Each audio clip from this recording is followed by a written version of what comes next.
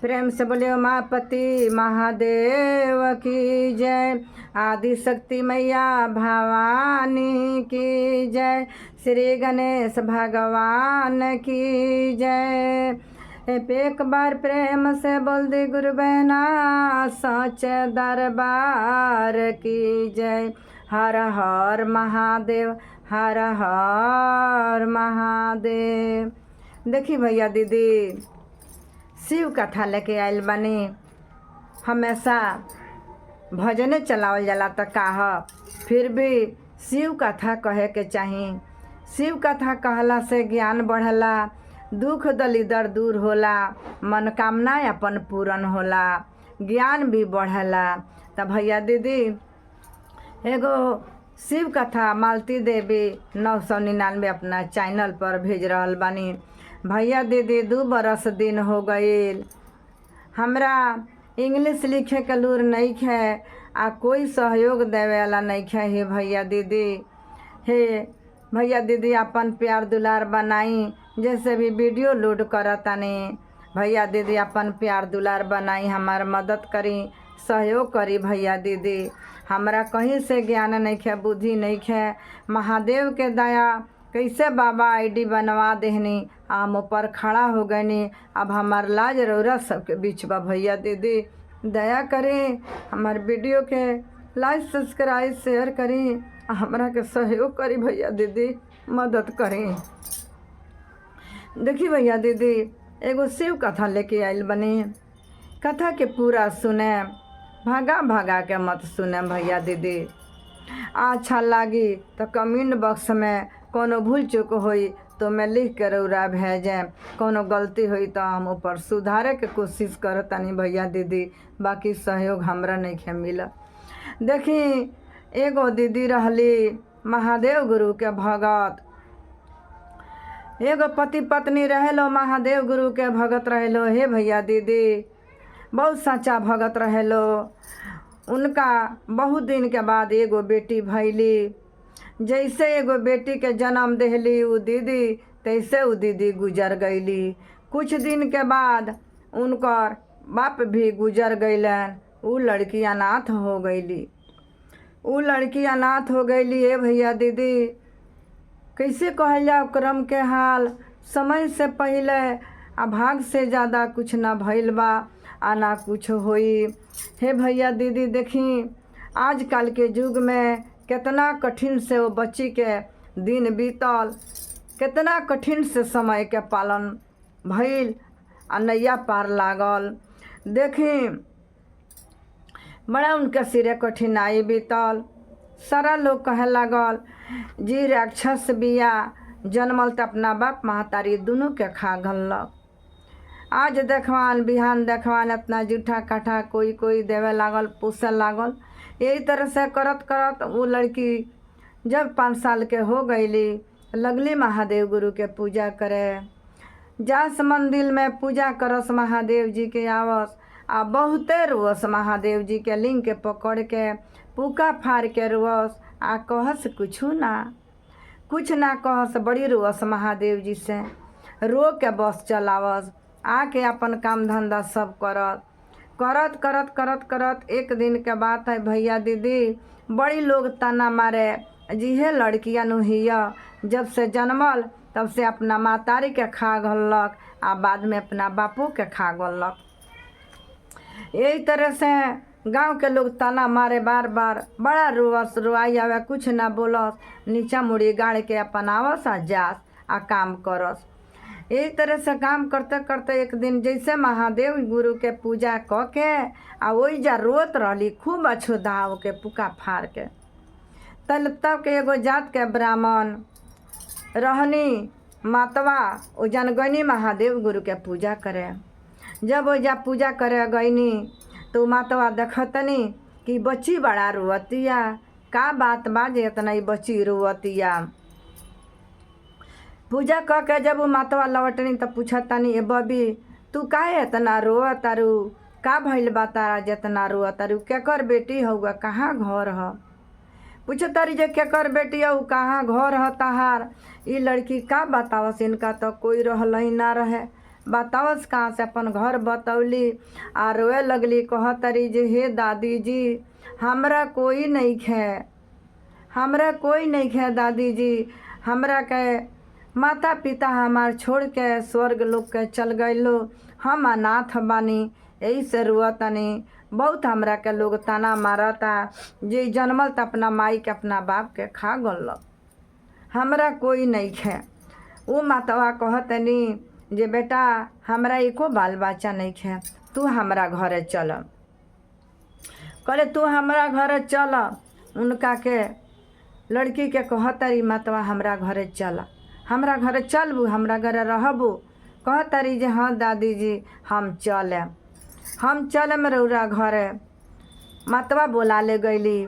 मातवा जब बोला ले गईली, उ लड़की सारा काम करस, घर के सब काम करस, चौका बर्तन खाना पीना सब बनावस, बना के खियावस आ खिया के तब पूजा करे जास। बड़ी मातवा आनंद हो गईली, बड़ा सेवा के करनिहार बेटी मिल गईली आ ये लड़की के अपन बाप माई मिल गईलो। यही तरह से करत करत करत करत हे भैया दीदी बहुत दिन बीत गईल। जब वो लड़की 18 साल के हो गईली तब वो मातवा कहतरी अपना पंडित जी से जे हे पंडित जी ए बबी के कहीं घर बर खोजी कि शादी कर दहल जा आ कन्यादान दे दहल जा। देखी भैया दीदी अब वो पंडित जी लगले घर बर खोजे। कहलन जी ठीक बा। लगले पंडित जी घर बर खोजे। घर बर खोजत खोजत खोजत खोजत बहुत सुंदर घर बर मिलल, बहुत रजवाड़ के घर मिल गईल। ओई जान उनकर शादी तय हो गईल। जब शादी तय हो गई तो अपना घरे गईली। बहुत सुख रहे, बहुत संपत्ति रहे। हे भैया दीदी देखी ओइजा रहे लगली। प्रतिदिन भोर में उठस, भोर में उठ के सारी काम धंधा क देस आ काम धंधा क के आ महादेव जी के पूजा करस। जहाँ चर्चा होके तहाँ चर्चा में चल जास। यही तरह से करत करत करत करत भैया दीदी कुछ दिन बीत गईल। जब कुछ दिन बीत गईल तो एक दिन के बात ह, ई जैसे खाना पीना बना के सब काम क के आ बढ़ रही पूजा के ओर, तले उनकर ससुर रास्ता छेक लले आ कहतरन जे ए कन्या बहुरिया, ए बहू, ए दुल्हन, हमरा घर में पूजा पाठ ना भावेला, घर के काम तू कर। तू जा तारू पूजा पाठ करे तो घर के काम के करी, घर के काम के करी, तू पूजा पाठ करे मत जा, रुक जा। डांट तारन, बोला तारा, कितनो बोला तारन, चुपचाप खड़ा बड़ी। कहतरी जे हे बाबूजी अरे पूजा तो भगवान के होला, काम तो अपन कोई जाला, काम कहाँ रुकल बा, हम तो सब काम क भइल बानी, हमरा के जाए दी। अब वो डांट तारन, बोला तारन तो देखी कैसे कहतारी। लाली लाली आँख करके ससुर रो के रहिया हो जान जई हा। लाली लाली आँख करके ससुर रो के रहिया हो जान जई हा। ए बहुआ तू शिव चर्चा हो जान जई हा। ए बहुआ तू शिव चर्चा हो जान जई हा। लाली लाली आँख करके ससुर रो कस रहिया हो जान जई हा। ए बहुआ तू शिव चर्चा हो जान जई हा। ए बहुआ तू शिव चर्चा हो जान जई हा। कहतरी जे हे बाबूजी हमार रास्तवा ना रोकी, काहे रोरा रोकतानी, बात के समझी। आ तो तू रोज चल जाता रू, घर के काम के करी। तो कहतारी देखी घर के काम सब हम करम बाबूजी, रौरा देखी हम कैसे करम। राह चली है गोड़ावा, काम करी है हाथावा, मुहवा करी है। राह चली है गोड़ावा, काम करी है हाथावा मुहवा करी है। ए पिताजी गुरु के चारा चावा मुहवा करी है। ए पिताजी गुरु के चारा चावा मुहवा करी है। गोड़ावा से चलब ओ हाथावा से काम करबो मुहावा से हो मुहावा से करबो गुरु के चारा चावा मुहावा से। जब इतना बात कहली तो ससुर कहलन ये ठीक बा जा, ठीक बा तू जा। चल गईली चर्चा में गईली, चर्चा क के अइली, फिर अपन घर के काम धंधा कैली। काम धंधा क के आ फिर बिहानी पर महादेव जी के मंदिर में गईली। जब मंदिर में जाके अभी पहुँचा तारी तले महादेव जी ओइजा ना के इनकर राह ताकत रहनी। ये शिष्य के अपना राह ताकत रहनी महादेव गुरु जे हमार शिष्य आवतारी हो दे आ जइहन तो उनका के हम कौनो चीज़ दे माज ले कुछ नहीं खी मांगले। देखी भैया दीदी यही से कहल जाला जे लोग कहेला जे हमरा बेटा हो जाई तो शिव चर्चा कराएं, हमरा बेटा चाहे हमरा पति के नौकरी हो जाई तो शिव चर्चा कराएं। तो देखी भैया दीदी महादेव जी के पहले दंड ना रखल जाला ना सौंपल जाला, पहले चर्चा कराई तब देखी महादेव के दया कैसे दया बरसता। सारी दुनिया ये तरह अपना पहले लालच में पड़ रहेला जे हमरा हई हो जाई तब हम शिव चर्चा कराएं। तो देखी वो दीदी कुछ ना मांगले रही। यही से कहल जाला भैया दीदी मांगला से कुछ ना मिलेला आ बिना मांगले मिलेला मोती। उस शिष्य दीदी जब मंदिर में जाके पहुँचा तारी जैसे गोड़ लाग के आ बाहर हो तारी तला महादेव जी आगे खड़ा हो जातनी, कहतनी बेटा रुक जा, बेटा रुक जा। तो तू जइह बेटा रुक जा। कहतरी कि हे महादेव जी हमरा के रुको तनी, घरे बड़ी काम बा, हमरा काम करे के बाटे ना तो ससुर जी खिसियाए लगी ने। कहतरी जे हमरा के जाय दी हे महादेव, हमरा के मत रोकी लेट हो जाई। महादेव जी कहतनी जे बेटा तू आज तक कुछ नहीं खू मांगले, तू हमरा से मांग ल, कुछ हमरा से मांग ल। आज तक कुछ नहीं खू मांगले तो हमरा से मांग ल जे हम तारा के आशीर्वाद देवे खातिर हम आइल बानी। कहतरी जे हे महादेव हे शिव गुरु जौन हम मांगेम तौन हमरा मिल जाई। महादेव जी कहतनी निसंदेह रह, हमनी जेकरा के वरदान दे दीने वो एकदम अमर हो जाला। हमनी के मूर्ति ऐसन इंसान ना ऐसन जे झूठो बोले लालो सही बोले लालो। तू विश्वास कैले बाड़ू तो तू अपन देख जे हम का वरदान देतानी आ तू कौन चीज मांगत तारुआ के तरह से हम देतानी। महादेव जी लगनी समझावे। देखी भैया दीदी कहतरी जे हे महादेव हमरा इहे चाहिए, हमरा इहे चाहिए महादेव जे के तरह लोग आवता आ के तरह लोग जाता, के तरह लोग आवता के तरह लोग यहाँ से जाता आ कैसे जन्म लेता। हमरा इहे चाहिए हे महादेव, हमरा दोसर कुछ ना चाहिए कि कैसे यहाँ से लोग जाता आ कैसे धरती पर जन्म लेता। अब तो महादेव जी चकित में पड़ गईनी। ये तो बहुत सत्य के मंगन हमार सेवक मांगतिया आ हमरा देही के बा आ ई साधारण मानो बिया भगवान बिया ना, कोई से बता दे तो ये पत्थर हो जाई मर जाई। महादेव जी कहतनी जे हे बेटा ये वचन तू छोड़ द, तू दोसर वचन मांग। कहतरी जे ना हे प्रभु हमरा इहे चाही जे हम देखी जे कैसे लोग यहाँ माई के कोख से जन्मता आ कैसे यहाँ से जाता। महादेव जी कहनी अच्छा ठीक बा हम तारा के इहे दे।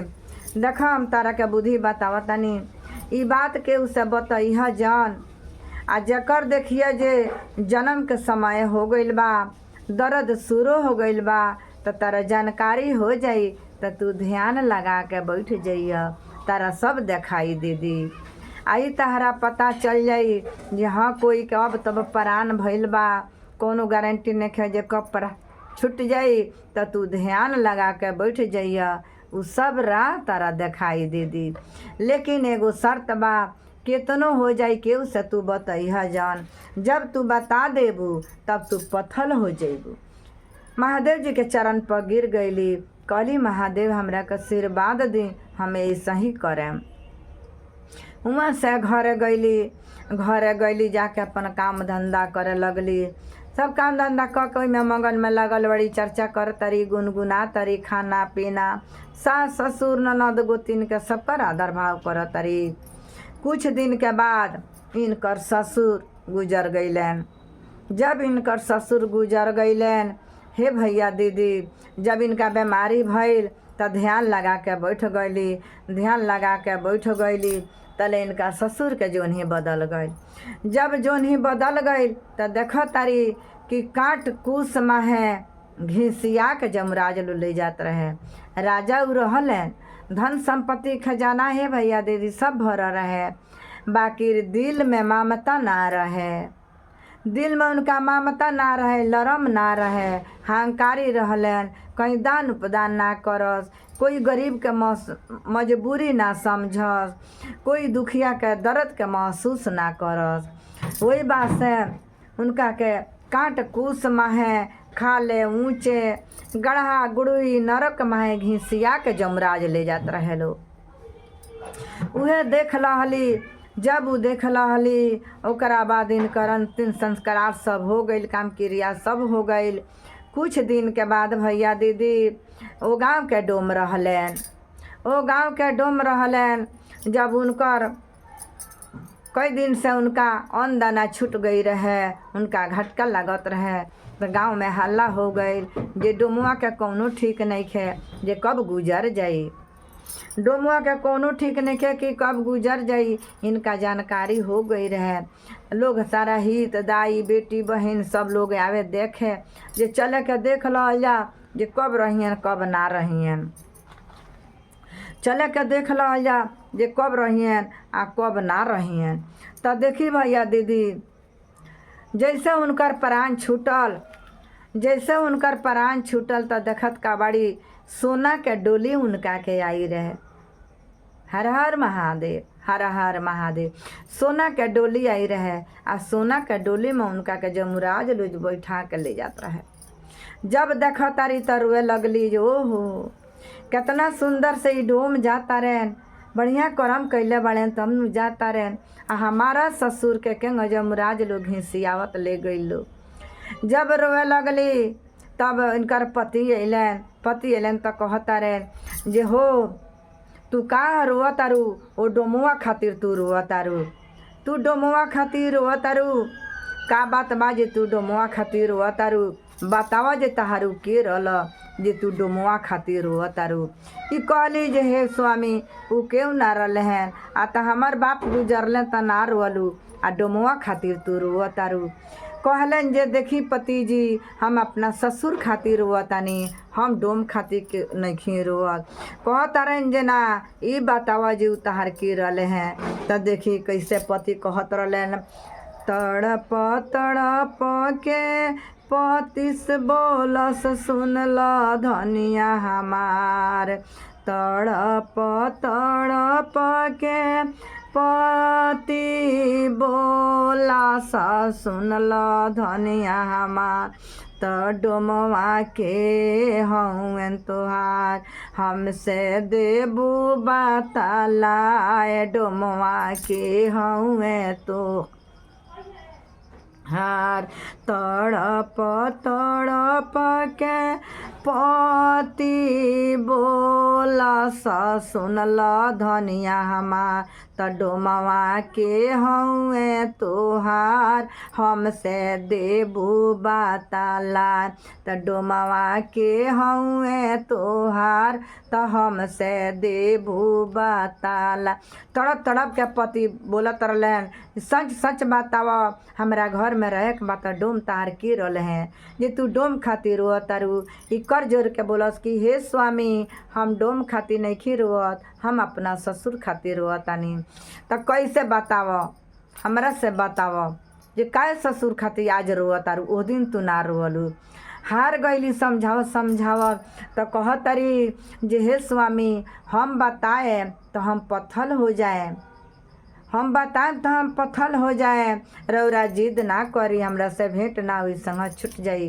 कह तारन जे भले संगत छूट जाई तो कह तू बताव। कह तारी एजा ना बताए, नदी के तीरे चली। नदी के तीरे अपना स्वामी के लेके गईली आ जाके लगली कहे जे देखी हे स्वामी, हम बचपन से पूजा कैले रहनी हम, महादेव जी से कुछ ना मांगले रहनी हम। तो हम एक दिन पूजा करे मंदिर में गईनी तो महादेव जी ओइजा खड़ा रहनी आ हमरा के बार बार कहीं जे कुछ मांग कुछ मांग। तो हमरा सब कुछ भरले बा, तो हम का मांगी। ये हम कहनी जे हे महादेव, हमरा के इहे दी जे कैसे लोग जन्म लेला आ कैसे यहाँ से जाला। तो महादेव जी हमरा के कहनी जे ठीक बा, तहरा इहे चाही। तो हम कहनी जे हाँ हमरा इहे चाही, या हमरा लौके के चाही। महादेव जी कहनी जे ठीक बा, जेकर जन्म होखे लगी तारा जानकारी हुई तो ध्यान लगा के बैठ जाइए, तारा लौक जाई। आ जेकर मरण हुई होखे वाला हुई तारा जानकारी हो जाए जो उनकर अब तब प्राण भइल बा, तो तू ध्यान लगा के बैठ जाइए, तारा लौक जाई। तो इहे हम महादेव जी से मंगनी आ महादेव जी कहनी जे तू केहू से मत बतैह।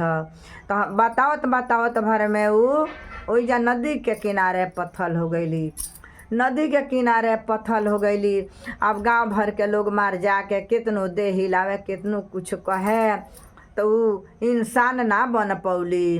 अब वहाँ से देखी भैया दीदी, यही से कहल जाला जे सच्चा प्यार गुरु से करना, आ दुनिया के भय से कभी ना डरना। देखी महादेव के नैया पार लाग गईल। ओकरा बादी कसम खा लहले, जब से हम केहू से कोनो बात पूछे खातिर हम जिद ना करें, हमरा पत्नी से संगत छूट गईल। तब भैया दीदी जिद ना करे के, देखी कितना बढ़िया सच्चा शिष्य रहली। अपना महादेव पर विश्वास करी, महादेव पर भरोसा रखी। जे सत्संग में जाला उ सच्चा प्यार महादेव से करेला। तो देखी भैया दीदी, हर हर महादेव।